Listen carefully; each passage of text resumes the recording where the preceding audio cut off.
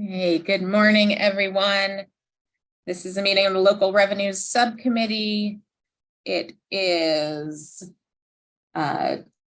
Tuesday, March 7th, and we've got an agenda of several bills, which hopefully I think we can move through pretty quickly.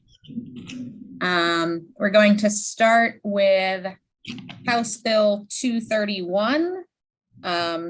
This is Baltimore City property taxes, authority to set special rates, and we have an amendment which we discussed briefly last week. The amendment would narrow the bill instead of broad authority to set special rates. It's changing it to the authority to set a special rate for vacant and abandoned property. So is there a motion on the amendment? I move for A motion to move the amendment forward. Okay. And a second? then I second. Oh, thank you. Thank you, Delia. Okay, so the amendment has been moved and seconded. Any questions or discussion on the amendment? All right.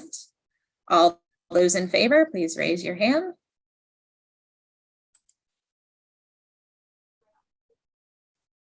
Okay, any opposed? All right, wonderful. Then is there a motion on the bill as amended? I move for the amendment. Second. Thank you. All right. So the bill as amended has been moved and seconded. Any additional discussion or questions on the bill as amended? All right, seeing none, all those in favor, please raise your hand. Wonderful. It's unanimous. Great. Thank you.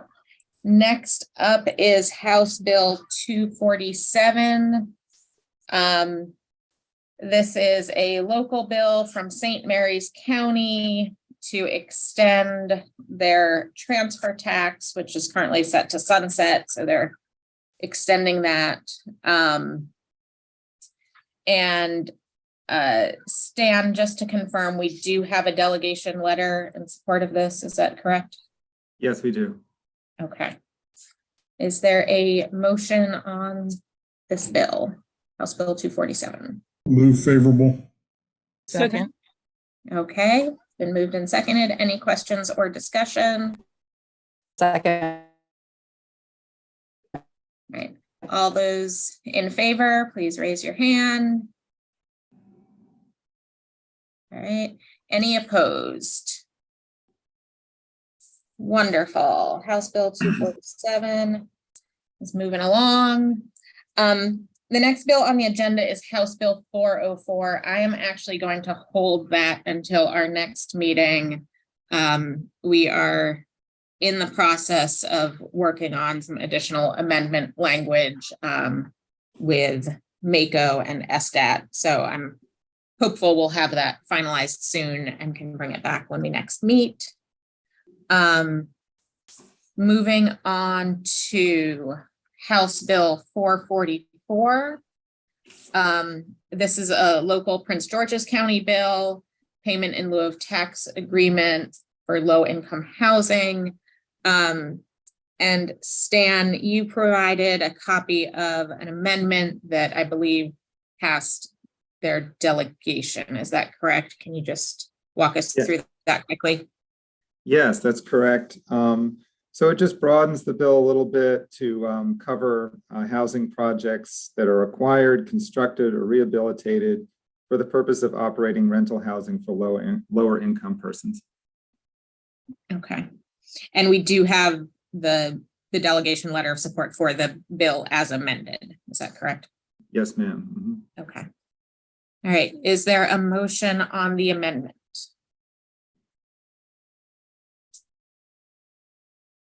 Move the amendment. Okay. I second. All right. Any questions or discussion on the amendment? All those in favor, please raise your hand. All right, wonderful.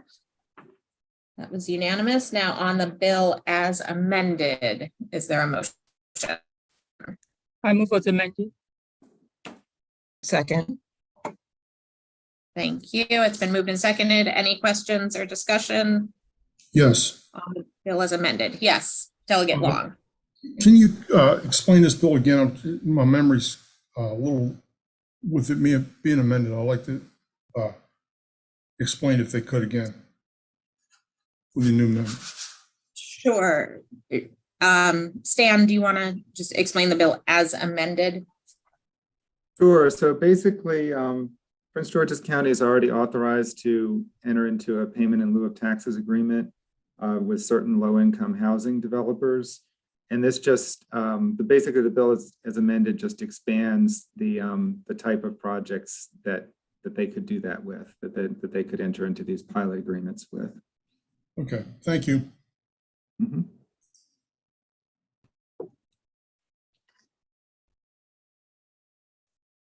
Any other discussion or questions on the bill as amended?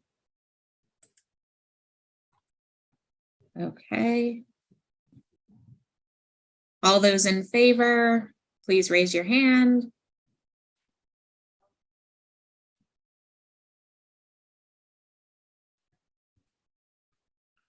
All right, everyone appears to be frozen, so I'm wondering if I'm frozen. You're frozen. I'm Sherry, you are frozen. Okay. Yeah. Sorry. When everyone else appears to be frozen, it's probably me. All right, let's try that again. All those in favor, please raise your hand.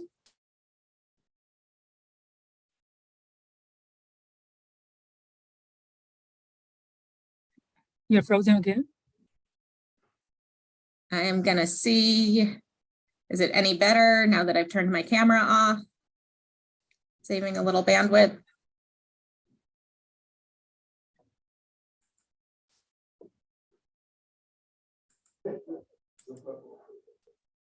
We can hear you, All Delegate.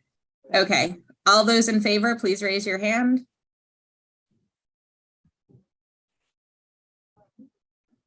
Aye. Are there any opposed? Okay. House Bill 444 as amended is moving along. House Bill 457. This is a recordation tax Madam on. Chair, I think you do need to have your video on if it can be supported. I know that's one of the Zoom rules. Okay, we'll see if hopefully I don't freeze again. Okay, thanks. House Bill 457, recordation tax for purchase money mortgage or purchase money deed of trust, the extent of exemption. As you'll recall, this has to do with the clarifying that it is only proceeds used for securing the purchase of property that are exempt from the recordation tax, and anything used for improvements or construction would still be subject to the recordation tax. And this is specifying what has been the practice and common interpretation. Is that accurate, Stan? Yeah, exactly. Okay. Any questions? I see Delegate Hornberger. That's your hand raised. Yeah, so just clarifying here. So it sounds like there's a practice that's happening, it's just not codified in law, and that's what this is seeking to do. Is that accurate? Okay. And then will the fiscal impact of this be negative, positive, or neutral? None, because it, as you say, it codifies current practice. All right, great. All right, move favorable. Second. Wonderful. It's been moved and seconded. Any additional questions or discussion?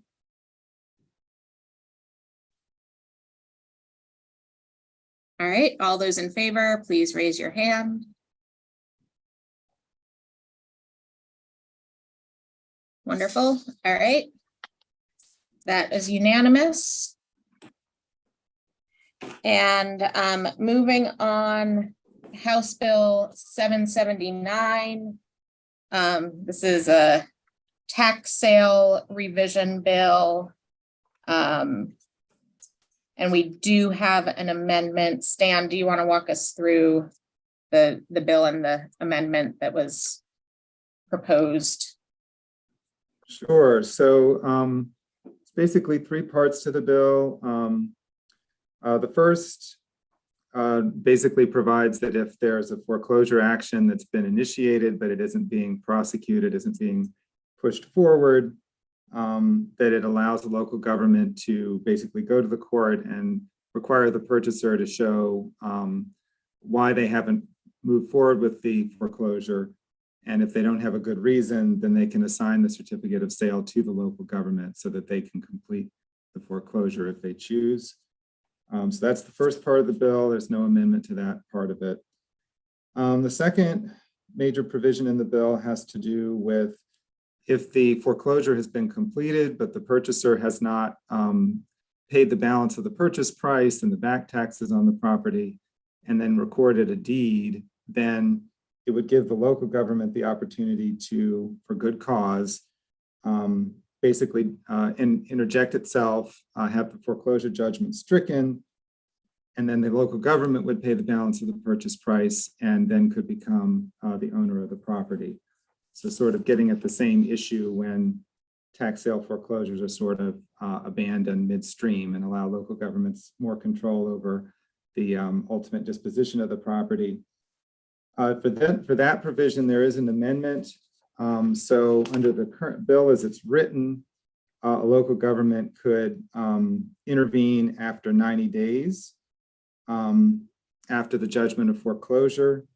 Under the amendment, they could intervene after 105 days. So that would give the property owner or any other interested party a window of time of 15 days when they could have the foreclosure judgment stricken before the local government could intervene. That was an amendment that was suggested by the tax sale ombudsman. And then the last part of the bill also just allows a local government to withhold from sale a vacant building or structure that the local government intends to demolish because the building is unsafe or unfit for habitation. And if they withhold the property of that sort from tax sale, then they would be given the tax sale certificate and would be able to foreclose. And there's no amendment to that provision. And that's it.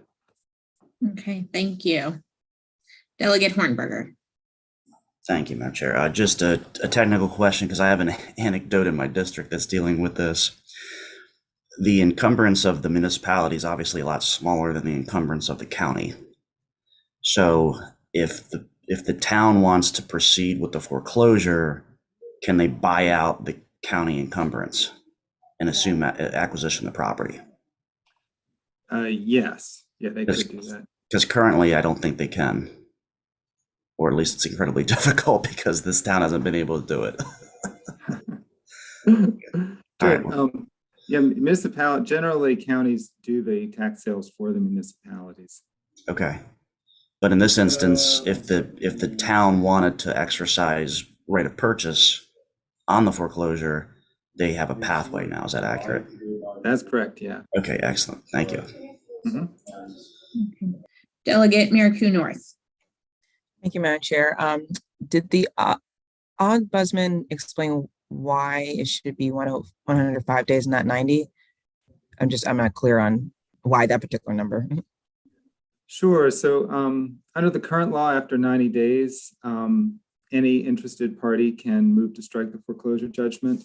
And the ombudsman felt that there should be a window of time when basically primarily the property owner could come in and strike the foreclosure judgment and therefore retain the property before the local government had an opportunity to basically jump in and take the property. So it was basically trying to give the property owner one last chance A little cushion. Okay, Exactly. thank yeah. you. Mhm. Delegate Henson. Chair, but Stan, I want to make sure I understand what happens in the absence of the bill. Is this process already available to counties and this would codify it? Or what if we don't pass the bill, then what would the impact be in terms of what happens? Yeah, no, none of this stuff is currently authorized or practiced. So this is all new authority for local governments, primarily to try to deal with vacant and abandoned properties. That's the intent of it anyway. I understand. Thank you. Mhm. Delegate Long. Thank you. Stan, could you answer me that if a local jurisdiction deems a building is unsafe and they're going to go a different route in getting the tax sale deed, I guess that's how you would pronounce it. Does the homeowner or the property owner still have the right for redemption? And does that say that in the bill? Because I'm a little concerned that if a property was, said it was, getting ready to fall down, and it wasn't, or if it was, then the homeowner still, or the property owner still wanted to redeem the taxes, the property owner tax sale, would they be able to do that under this bill? Right. So Under this amendment. right. So basically, once the bill allows the local government to withhold from sale a property, from tax sale, a property that is vacant and that they intend to demolish because it's unsafe or unfit for habitation. So I guess before it got to the point of tax sale, there would be a lot of notice and opportunities to pay the taxes and keep the property before it got that far. But once the local government then became the holder of the certificate of sale, they could still redeem until the local government actually initiated and completed a foreclosure. So when properties are in tax sale, the property owner always has the right to redeem right up until the moment when the court enters the judgment of foreclosure. So to answer your question, yes, they would continue to have the opportunity to redeem after the local government took the tax sale certificate. Well, thank you for clarifying that. I just wanted to make sure that, yeah. Absolutely, yeah. Okay, thank you. Some good discussion. Any other questions or comments? Move favorable on the bill. What's that? Move favorable on the amendments. Second. Wonderful. So the amendment has been moved and seconded. Any questions? All in favor of the amendment, please raise your hand. Wonderful, that's unanimous. And on the bill as amended, is there a motion? A motion to move the bill as amended forward. Second. Okay, any additional discussion? All right, all those in favor of the bill as amended, please raise your hand. And it's unanimous, wonderful. All right, thank you all. Enjoy a fabulous 54 minutes. We'll see you soon. Take care.